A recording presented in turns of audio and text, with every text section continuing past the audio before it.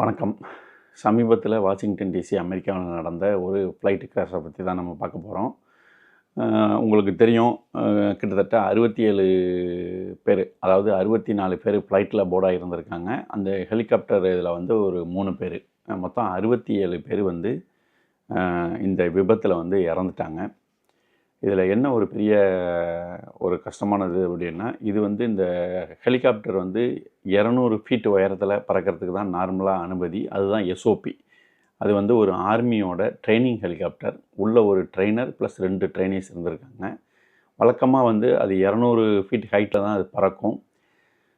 அன்னைக்குன்னு பார்த்து ஏன் வந்து கிட்டத்தட்ட ஒரு 350 ஃபீட் உயரத்தில் பறந்துருக்கு. ஸோ அந்த ஃப்ளைட்டும் வந்து லேண்ட் ஆகிறதுக்கு அப்ரோச் ஆகிட்டு இருக்கு. இந்த ஹெலிகாப்டரும் அதே வழியில் போயிட்டுருக்கு.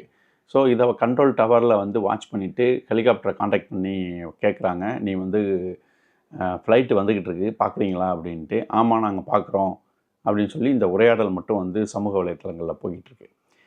ஃப்ளைட்டை பார்த்தவங்க ஏன் வந்து அதை வந்து டைரெக்ஷனை மாற்றலை, இல்லை கீழே ஹெலிகாப்டரில் வந்து கீழே இறங்கியிருக்கலாம். தன்னோட அந்த 350 ஃபீட் ஹைட்லேருந்து கொஞ்சம் லோவராக இறங்கியிருக்கலாம், இல்லை லெஃப்டோ ரைட்டோ டர்ன் பண்ணி அவங்களோட பாதையை மாற்றிருக்கலாம்.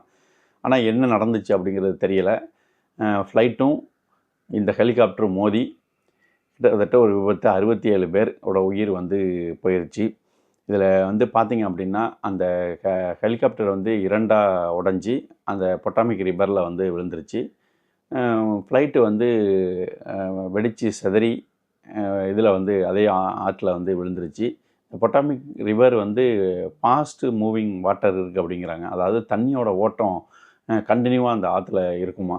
ஸோ அதனால் வந்து இந்த மீட்பு பணிகள் வந்து ரொம்ப ஸ்லோவாக நடந்துக்கிட்டு இருக்குது. இது வரைக்கும் வந்து 41 பேரை தான் வந்து மீட்டிருக்காங்க அந்த டெட் பாடிஸை. இதுக்கு பேலன்ஸை வந்து மீட்கிறதுக்கான போராட்டம் நடந்துக்கிட்டு இருக்குது. என்ன பிரச்சனை அப்படின்னா, ரன்னிங் வாட்டர் அப்படிங்கிறதுனால அந்த பாடி வந்து ஒரே இடத்துல இருக்கும் அப்படின்னு நம்ம சொல்ல முடியாது. கொஞ்சம் தூரம் தள்ளி போயிட்டு விழுந்திருக்கலாம்.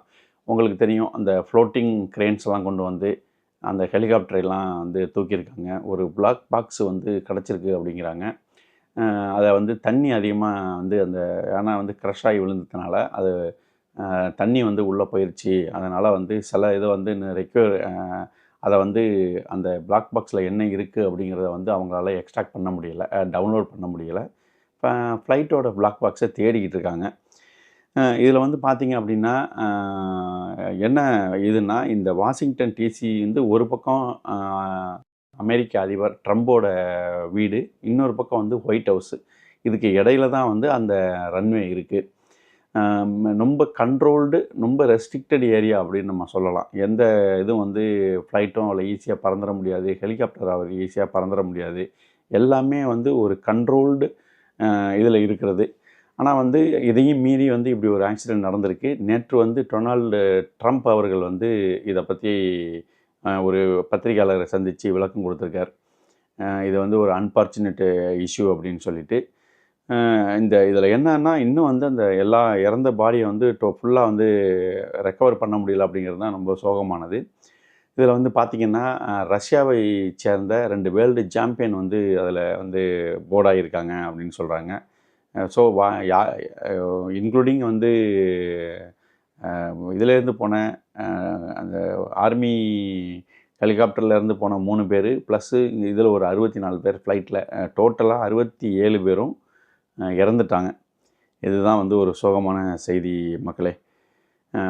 இதே சமயத்தில் அமெரிக்காவில் இன்னொரு ஃப்ளைட் கிராஷ் நடந்திருக்கு. ஆனால் அது வந்து எண்ணிக்கை கம்மிங்கிறதுனால அந்த நியூஸ் வந்து பெரிய அளவில் வந்து வெளியாகலை. அது என்னென்னா வந்து மெடிக்கல் ஆம்புலன்ஸ், ஏர் ஆம்புலன்ஸ்னு அப்படின்னு சொல்லுவாங்க. ட்ரீட்மெண்ட்டுக்காக ஏர் ஆம்புலன்ஸில் சென்ற ஒரு கிட்டத்தட்ட ஒரு 5 பேர் வந்து இந்த வேறு ஒரு ஃப்ளைட் கிராஷில் வந்து இறந்துட்டாங்க மக்களே. ஓகே, மீண்டும் ஒரு வீடியோவுடன் நாளை உங்களை சந்திக்கிறேன். நன்றி, வணக்கம்.